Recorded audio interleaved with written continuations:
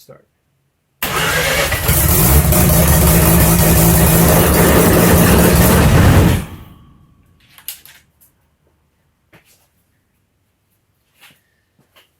Okay, I didn't have the drive shaft hooked up, and even in neutral, it was barely trying to flop the drive shaft around, so that's why I shut that off really quick. So what is up, rapid attention YouTube? Welcome to today's video. More cranking up, getting all the work done on the RADX7. If you didn't check out the last video, trust me, I feel ya. It's a long video about wiring, and if you're not doing any wiring, then there's no need for you to check it out. But if you do want to learn about wiring, go check it out. But I will tell you, it's very detailed.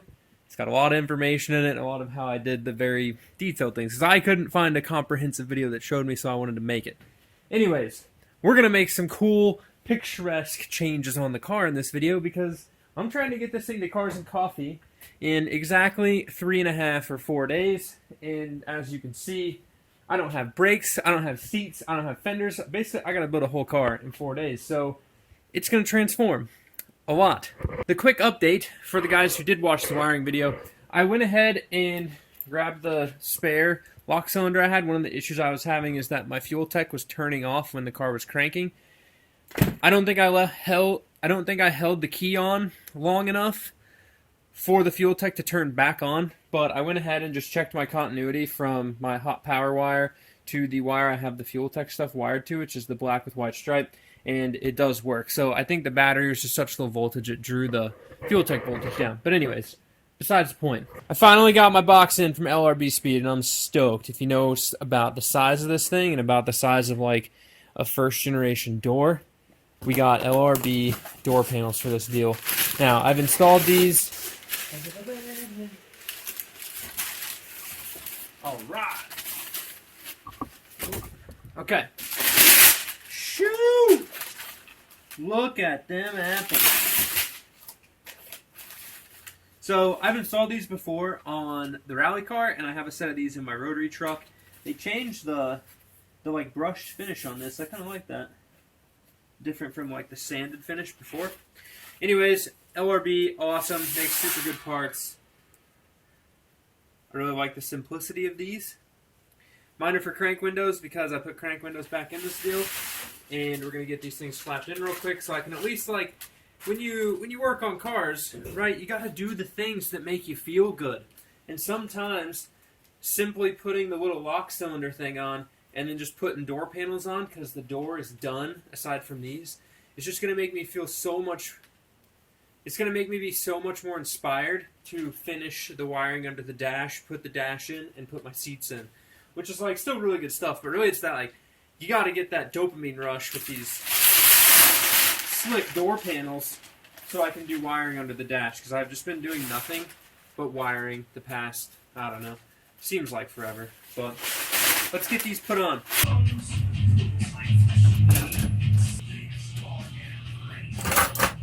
Door panels are on, looks sick, and I saved you the trouble in this video of watching me do an insane amount of wiring under the dash. So all the relays are hooked up, fuses are ran, I wired the radio up because that's important to making this thing run.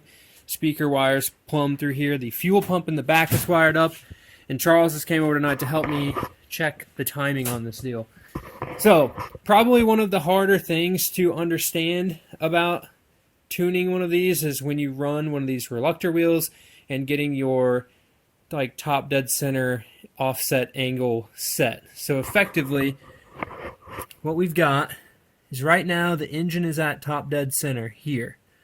There's a tooth missing on this wheel, which is going to be real hard for me to show you with this fan in here, but it's down here close to the bottom. It's probably about 120 degrees from top dead center up here. The Hall effect sensor, this, is somewhere in the middle of that. So if you think about it, when this sees the last tooth in front of the Hall effect sensor, that is effectively 0 offset angle in the ECU to when top dead center is, if that makes sense. Here would be 90. Yeah. Yeah, so then we're going to subtract out that much. Yeah. So 90 minus 30, 40-ish, so maybe. Yeah. Something like that. I mean, you have to experiment with it. Yeah. It's not So talking to a decent amount of people who set these up, they kind of just punch numbers in until it starts to get close. I'd like to at least like math it out pretty tightly before we just go. So it is right now, everything is wired up. So whenever I hit the key, it should turn on the fuel pump, should turn on everything. It should just turn on. And then we're gonna unplug the fuel pump relay so we don't have fuel, and then we'll crank it to set the timing. We'll see if we have oil pressure, and then it might start. So yeah, we're just gonna turn the key on. So the Fueltech's hooked up to the computer right now, so that's why that screen is on. But effectively, when this key hits, it should do things and stuff. Okay, it didn't do anything and stuff. Let me okay,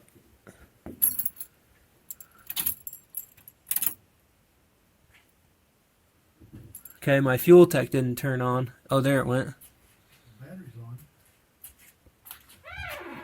Let me just unplug this. Go to the dashboard. Okay, so we've got temperature, intake air temp sensor, battery. That's on. So, but I didn't hear the fuel pump turn on. So I guess I might have to tell it to turn the fuel pump on, I think, in the tune. So let's experiment and I'll get back to you. Let's do the things that you Yeah. Because I can sort the fuel pump out. Okay.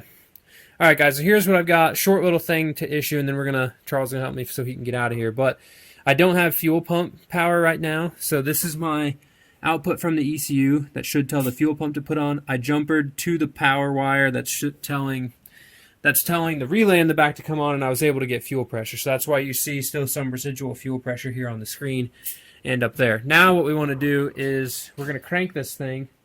I don't think it'll start. Maybe it will, but we want to see where we'll have stuff in the radio. Oh, wires in the radio. So now I want to see what happens whenever we crank this. So if you remember, the screen would come off, but what we're really looking for is I want to make sure we're getting ignition fire out of the timing light. So let's just, I guess see what we got. We're in neutral and it's got oil in it, so.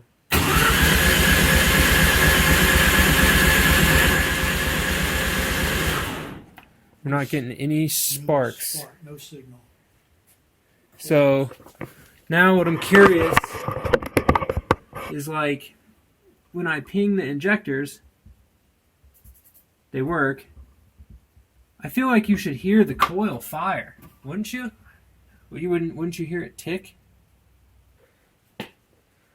As last night ended in defeat, tonight I have successfully improved my situation with the car. So I had one thing, or I guess really I was looking at two things wrong with this Fueltech wiring harness. So I will make most likely a more like comprehensive, dial it out video that's very like concise and not 15 minutes long about building your harness. But anyways, here's what I had wrong.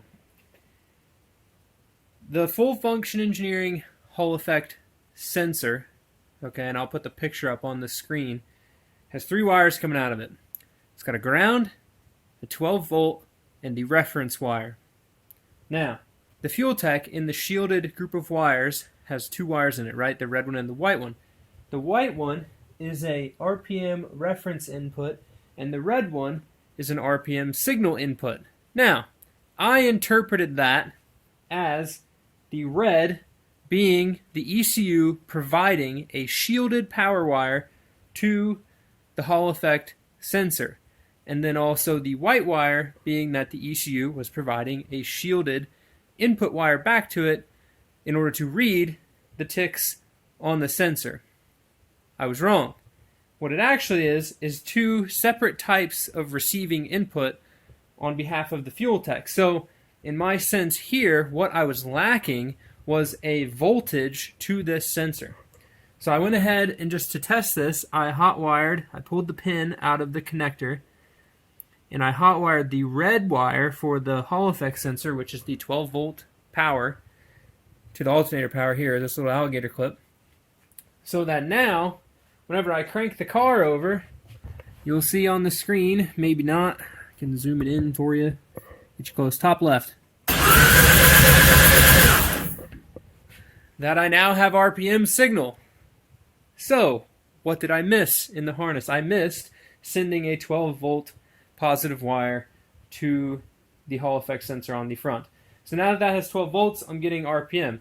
Now that that also has 12 volts, I now have flashy, flashy, spark, spark on all 4 of my ignition coils. It's a huge win.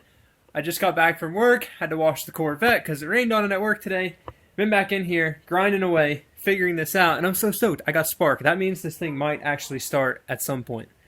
So, just want to give, a shout out to these, I guess, the full function engineering stuff, because their wiring diagrams were very simple to figure out. However, I had to dig through on the Fueltech side and go find a wiring diagram for a Hall effect sensor on a Honda that showed a 3-wire Hall effect sensor, and I'll put this one up on the screen as well. But it showed a 3-wire Hall effect sensor because that's what I had. And I just used that in conjunction with the full function engineering stuff to make this work. I'll say this. I searched and searched and searched and searched and watched tons of videos on how to figure this out. And nothing besides just, I think I need to send 12 volts to this was my conducive answer. So that's what we got there. And I want to thank my buddy Josh as well. Messaged him a couple questions over at Castello Speed. So anyways, now that we've got that, I've got my reference angle plugged in, which the neat thing as well is that full function engineering provides you with all the data that you need to plug in to a Fueltech specific ECU in order to make this work. So I've got all that plugged in. They also provide you with an approximate reference angle to punch in here as well if you have this style bracket, which is the FC or old school 13B style bracket. So we punched in 60 degrees, which is what they recommend, which if you think about it, right, we were 90 and we were halfway in between. So that was about, it's 60 degrees, close enough. So we'll see how that lines up with us. I know I was at TDC, so we'll just see where it goes. And looking at the pictures on Full Function Engineering site, the trigger wheel missing tooth reference, if they took the picture with the engine at top dead center, then the reference is in the same spot as mine with top dead center. So it's just one of these things, guys, and I don't know if any of you guys are actual tuners or car builder people that know all this stuff in detail. I come from a world in civil engineering where information is hidden behind different pay grades, we'll say, right? There's just some gatekeeping involved in tuning. I feel like really good tuners don't share any of their information because they want to be the only one that can figure it out. Whereas in my mindset, I'm more of if I can learn something that can help somebody else, I'm going to teach you how to do it, because a rising tide raises all boats, right? Why should one guy over here just try to make a propeller so his boat flies and leave us all in the ocean? But that's just my thought. So I want to make a video now. I was I should go, and I'm rambling, but I should go take my other video down because I wired it wrong. But I think I'm just going to go make another better video that explains all of this in very concise, organize the video and do it. Anyways, you guys don't care. So the other thing that I had an issue with is this TPS sensor I used from the old Haltech harness, and where it was crimped on, it's kind of jacked up. One of them came out, so my TPS was shorting out, so I got to fix that. And then the other thing I learned, this is number 2, it took me 4 minutes to get to this, but I appreciate you guys listening. I promise the car will do something cool in this video. If not, we just got cool door panels. But the fuel pump output from the Fueltech is actually not a 12-volt signal out of the ECU. It's actually a ground signal. So much to me learning this, and none of I've read the whole book on the Fueltech, guys, 4 times. And the Fueltech didn't explain it. Nothing really explained it very well, that these outputs are ground signal outputs, aside from assuming that because the injectors are signaled by ground, I'm running 12 volts to them and then grounding them, that all of the blue outputs on the Fueltech are a ground signal output, not a, you can't control it. So when I say fuel pump in here, it's just going to ground that wire, and somehow I've got to have the fuel pump wired that it turns on with the ground. So I need to rewire the relay so that it trips with the ground instead of trips with 12 volts, and then the fuel pump stuff will work as well. So fix the TPS, fix the fuel pump wiring, put the upper intake manifold on, and then I got to figure out a way to crank the car over, hold the timing light, look at that, and see if this thing will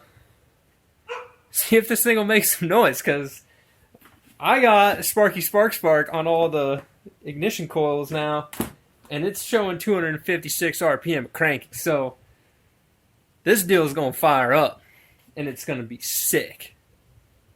Stoked. Get fired up. Get fired up. Get fired up. Let's do it. All right, y'all. This is the moment I've been waiting for. Trying to do this last night. We're doing it tonight. Wires are added. We got crank, signal. We've got Sparky Spark on all the coils. I ran. Same with so I pulled the whole harness back out. I didn't show, but I pulled the whole harness back out, unloomed it, reloomed it. I switched my TPS plug to this 3-prong deal instead of the factory one because some of my wires were all chipped up, as you saw. Got everything put back in there. Kind of got a little carried away with the torch and melted some of my little loom, but, you know, you'll have that. Anyways, harness is back in. Fueltech's hooked back up. I had to just fix the TPS thing, so now it finally zeros. I think I had a short in the wires before. Listen to that fuel pump come on. You can hear it bleeding the pressure back off in the tank. So fuel pressure, it's trickling down. If you watch the TPS right there, TPS crawls up, so that's a win. It's not, the TPS isn't completely zeroed, but it's at least like set to where it's within range. I had to like pry some stuff and hold it to get it to actually work because I don't have a throttle cable, so I couldn't sit in the car yet and do it. You know, lots of things to do. But this is the moment we've all been waiting for, which is I'm going to crank this thing with the fuel in it and see if it at least like hits or lights or does something. It's got all the plugs in it. They are all nice and snugged and tight. All the wiring's hooked up. The battery's hooked up. So in theory, it should try to make noise. So let's see what it does. It's just whatever the Fueltech base map cranking settings are. So there is no like, I have no idea how much fuel is going in this. But if it goes pop, pop, pop, and I'll shut the key off right away, that's good enough for me. That means we can make it run. So let's see.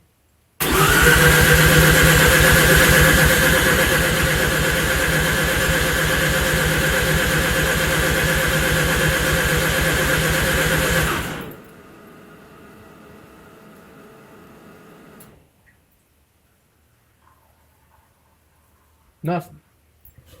Okay. So let's I guess I'm gonna try to turn the cranking fuel up a little bit, or what I may do is just shoot some I guess, see, here's the deal. I'm here by myself. Whoa, June bug. It's only May. Actually, it's April. Getting kamikazed by a June bug. Anyways, I'm here by myself. It's hard to hold a timing light and crank the engine. To be able to verify this, I need like a little button or something out here to crank it over so I can set timing. Man, wouldn't that just be nice? I could probably wire one of those up. A little push button right here. Like the drag car guys for adjusting their valves, even though we don't have them. So I rigged up a sketchy little alligator clip wire with some adapter deals to the starter. So now I've got starter. I'm just going to turn it on via the alternator here. I don't have my fan hooked up, so it's not going to chew up my timing light wires, but I want to see where my timing is happening. So we're going to go ahead and crank this and see where we're firing. I've got the pulley marked. We'll just see how this goes. Oh, we are dialed. So it's probably it's firing right on 0. Okay, so it has 0 degrees timing in it right now, which is huge. This is great. Leading 1, 0 degrees of timing. So we want to have 12 degrees, which is what the ECU is commanding during cranking. So we're just a little bit off on it. So I'm going to adjust. I'm going to put, so it's seeing that as a total degree of angle. The whole thing's 360 millimeters around. This is some quick math top of your head, right? So you have the front pulley is 360 millimeters around. Its circumference is 360 millimeters. Mazda's smart. What that means is that 1 millimeter equals 1 degree. If you think of a circle, it's 360 degrees in a circle, so 1 millimeter equals 1 degree. So right now, where this is pinging at is approximately 2 degrees of timing. Okay, I've got the crank offset angle set in the ECU at 60 degrees, which is what full function engineering recommends for this setup on an FC with this trigger, etc., etc. So, because we're that close already, all I need to do is either add or subtract 10 degrees to the crank angle, and that gets me to my 12 degrees of Dyer's desired timing. So I'm going to add that, write it to the ECU really quick. I'm just going to put it at 70 and see what it does. It's either going to go backwards, right, and I'll have negative 10 degrees of timing, or it'll come forwards and I'll have my 12 that I want. So let's try that. The computer now has 70 degrees of offset, so let's see what we've got for timing. Okay, so adding numbers to that takes the timing away. So what I need to do is set this at 50. Oh, we don't want 500, we want 50. Enter. Right to ECU. Bam. Flashed. Hoobly hoobla. Here we go. Give me my 12 degrees. Sweet. All right, we're written.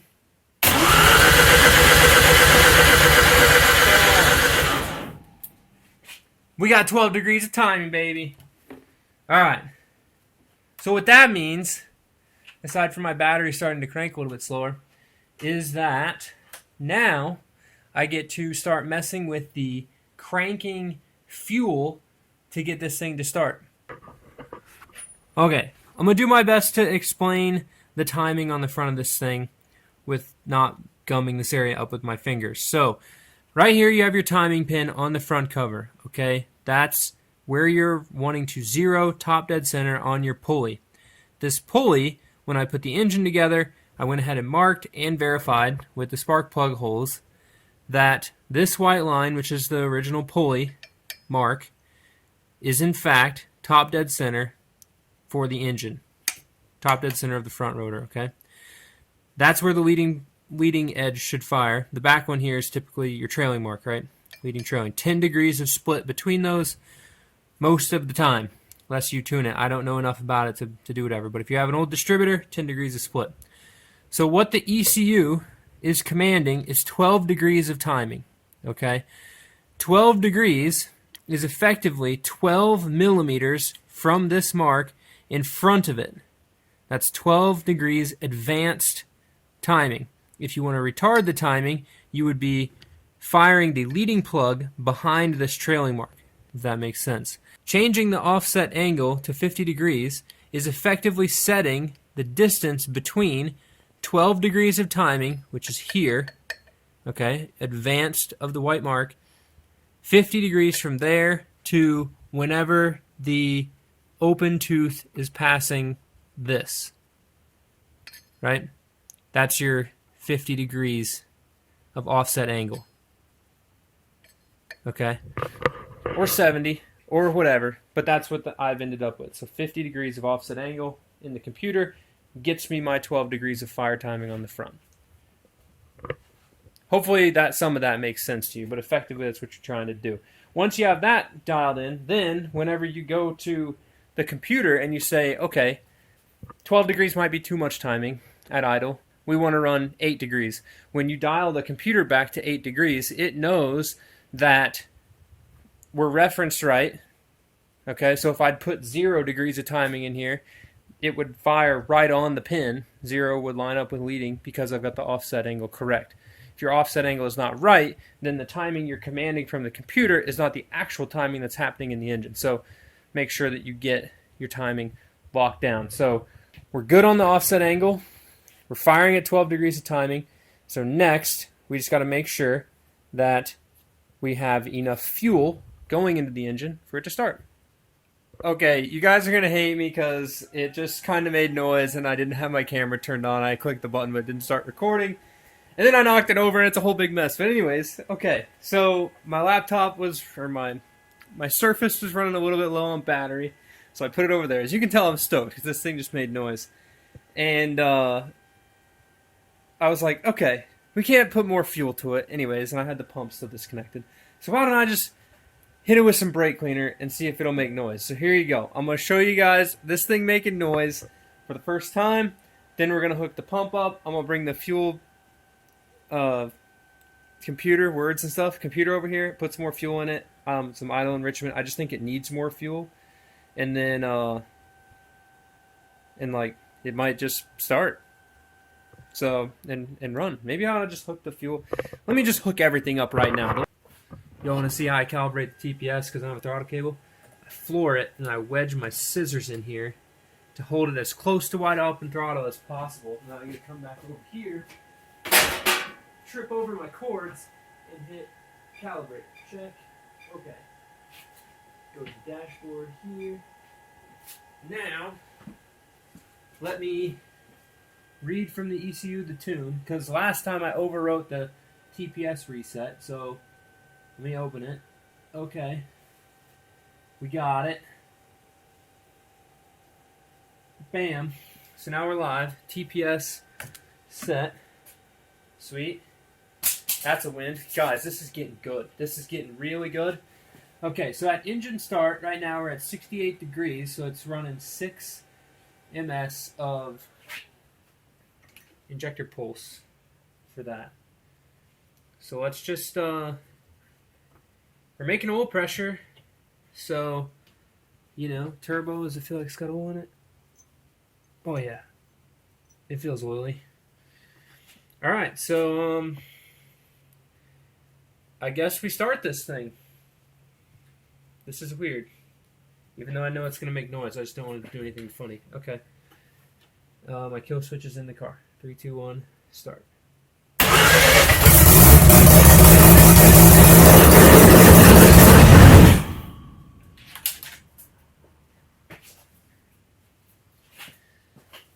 Okay, I didn't have the drive shaft hooked up, and even in neutral, it was barely trying to flop the drive shaft around, so that's why I shut that off really quick. So let me go hook the drive shaft up, and then, woo! That was scary, but it made noise. Okay, drive shaft, we'll start it up again. Drive shaft is hooked up right there. How about that? All right. So, how do I start a log? Start log. Okay, I started a log. That's cool. First time ever doing that. Let's start the car. Gosh, stuff still just worries me a bit. Okay, 3, 2, 1, send it.